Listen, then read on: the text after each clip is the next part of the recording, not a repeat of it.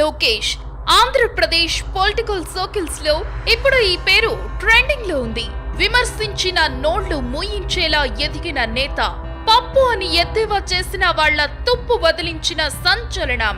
ఒకప్పుడు నారా లోకేష్ ను లెక్క చేయని వారంతా ఇప్పుడు ఆయన పేరు వింటేనే గుండెల్లో రైళ్లు పరుగు పెడుతున్నాయి. తండ్రి వారసత్వాన్ని తక్కువ కాలంలో పుణికిపుచ్చుకున్న నారా లోకేష్ అసలైన లీడర్ ఎదుగుతున్న వైనంపై టీవీ24 స్టూడియో స్పెషల్ స్టోరీలో చూద్దాం.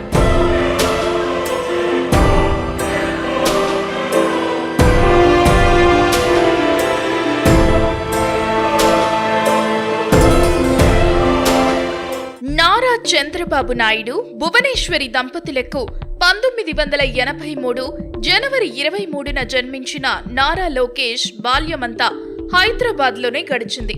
ఉన్నత విద్యాభ్యాసం కోసం విదేశాలకు వెళ్లిన ఆయన కార్నెగీ మెలన్ యూనివర్సిటీ నుంచి మేనేజ్మెంట్ ఇన్ఫర్మేషన్ సిస్టమ్స్ విభాగంలో బిఎస్సి పూర్తి చేశారు.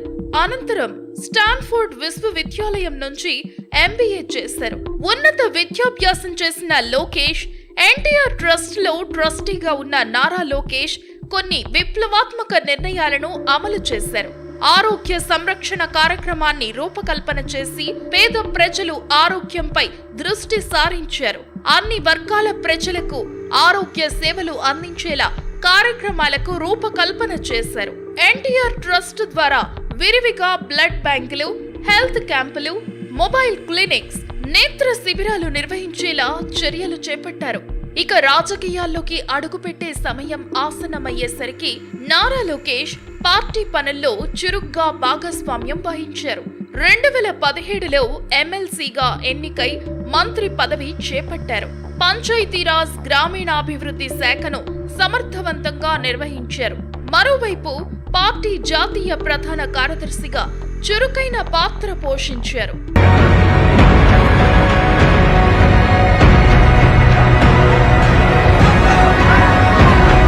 ఉభయ తెలుగు రాష్ట్రాల రాజకీయాల్లో తెలుగుదేశం పార్టీకి సుస్థిరమైన స్థానం ఉంటుంది. ఆంధ్రుల ఆరాధ్య నటుడు స్వర్గీయ ఎన్టీఆర్ స్థాపించిన పార్టీ 4 దశాబ్దాలుగా క్రియాశీల రాజకీయాల్లో కీలక పాత్ర పోషిస్తుంది. ఎన్టీఆర్ తర్వాత చంద్రబాబు ఇప్పటి వరకు పార్టీని సమర్థవంతంగా నడిపించారు. కష్టకాలంలో పార్టీ పట్టుకోల్పోకుండా కార్యకర్తల్లో ఆత్మస్థైర్యాన్ని నింపారు. అయితే ఆయన తర్వాత వారసుడు ఎవరన్న ప్రశ్న గత 10 ఏళ్లుగా వినిపిస్తున్నా గట్టిగా ఏ ఒక్కరి పేరు చెప్పలేని పరిస్థితి ఉండేది. కానీ ఇప్పుడు పరిస్థితి మారింది. నారా లోకేష్ పేరును తెలుగు తమ్ముళ్లు బల్లగుద్ది ఘంటాపదంగా చెబుతున్నారు. అందుకు లోకేష్ పడ్డ కష్టానికి తెలుగు ప్రజలే సాక్ష్యం. నారా లోకేష్ ప్రత్యక్ష రాజకీయాల్లోకి అరంగేటం చేసిన తొలి నాళ్లలో అనేక ఒడిదుడుకులను ఎదుర్కొన్నారు. సీఎం కుమారుడిగా మాత్రమే గుర్తింపు తెచ్చుకోగలిగారు.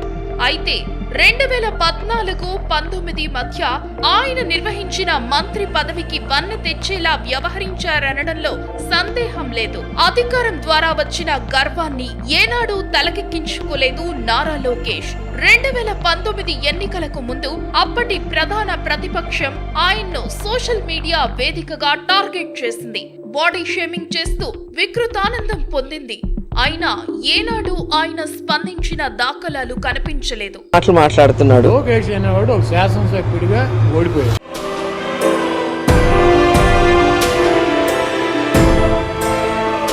2019 ఎన్నికల్లో తెలుగుదేశం పార్టీ ఘోర పరాజయం లోకేష్ లో నిజమైన లీడర్ను ప్రజలకు పరిచయం చేసింది.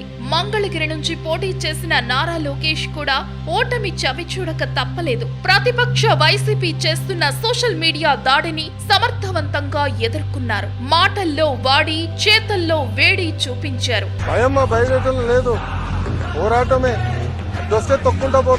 ఇక తెలుగుదేశం పార్టీ బలోపేతం చేయడంలో కీలక భూమిక పోషించారు నారా లోకేష్. 2023లో ఆయన చేపట్టిన యువగళం పాదయాత్ర పార్టీ క్యాడర్లో జోష్ నింపింది. వైసీపీ ప్రభుత్వం ఆనాడు చేసిన అరాచకాన్ని తిప్పికొట్టడంతో ఆయన వెంట తెలుగు తమ్ముళ్లతో పాటు పసుపు సైన్యం నిలబడేలా పథక రచన చేసుకున్నారాయన. 3000 కిలోమీటర్లు పైగా నడిచి 97 నియోజకవర్గాలు ప్రత్యక్షంగా అక్కడ ఉన్న ప్రజల కష్టాలన్నీ సాగత బాధలు తెలుసుకొని ఇది లోకేష్ గారి రోజు ఇది.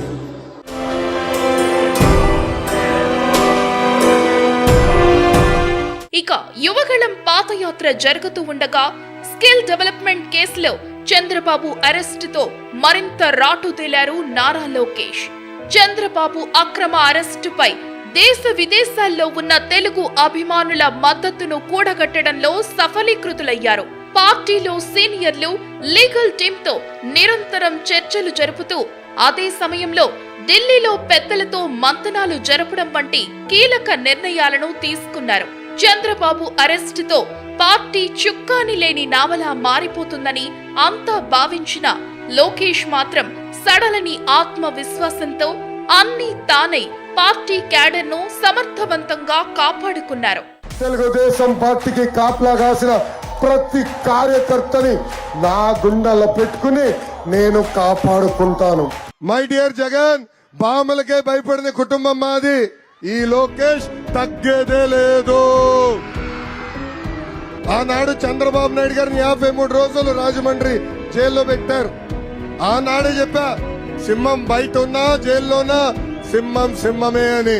ఇక పవన్ కళ్యాణ్ ఎంట్రీతో అప్పట్లో రాష్ట్ర రాజకీయాల ముఖ చిత్రం ఒక్కసారిగా మారిపోయింది. చంద్రబాబు ఉన్న రాజమండ్రి సెంట్రల్ జైల్ వద్ద పవన్ కళ్యాణ్ కీలకమైన నిర్ణయాన్ని ప్రకటించారు. ఆ సమయంలో లోకేష్ పూర్తి పరిపక్వత కలిగిన రాజకీయ నేతగా వ్యవహరించడం అందరి దృష్టిని ఆకర్షించింది. వైసీపీ ప్రభుత్వంలో జరిగిన అరాచకాలు, కొందరు ప్రభుత్వాధికారుల అడ్డగోలు వ్యవహారాలపై లోకేష్ సంధించిన బాణం రెడ్ బుక్ ప్రజల్లో చర్చకు దారితీసింది.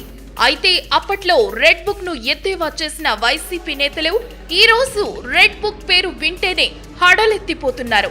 చివరికి మాజీ సీఎం జగన్మోహన్ రెడ్డి ఢిల్లీ గడప ఎక్కాల్సిన పరిస్థితి ఏర్పడింది. దీంతో అప్పటి వరకు లోకేష్ ను విమర్శించిన నోళ్లన్నీ దెబ్బకు మూతపడ్డాయి.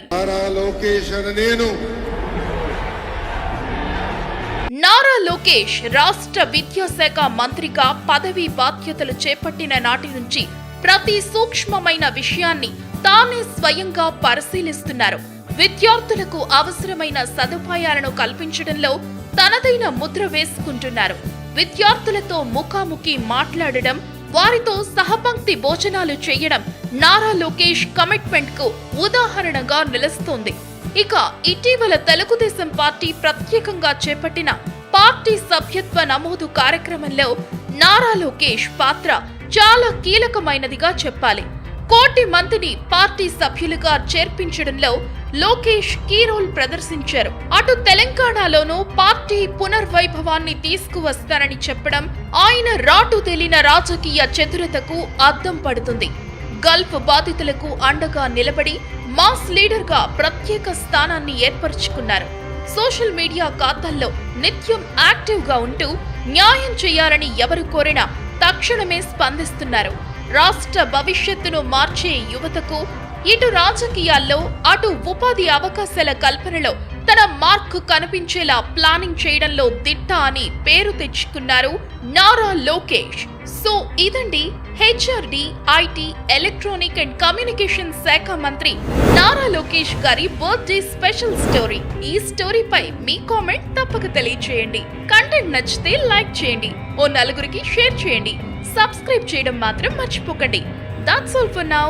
Thanks for watching.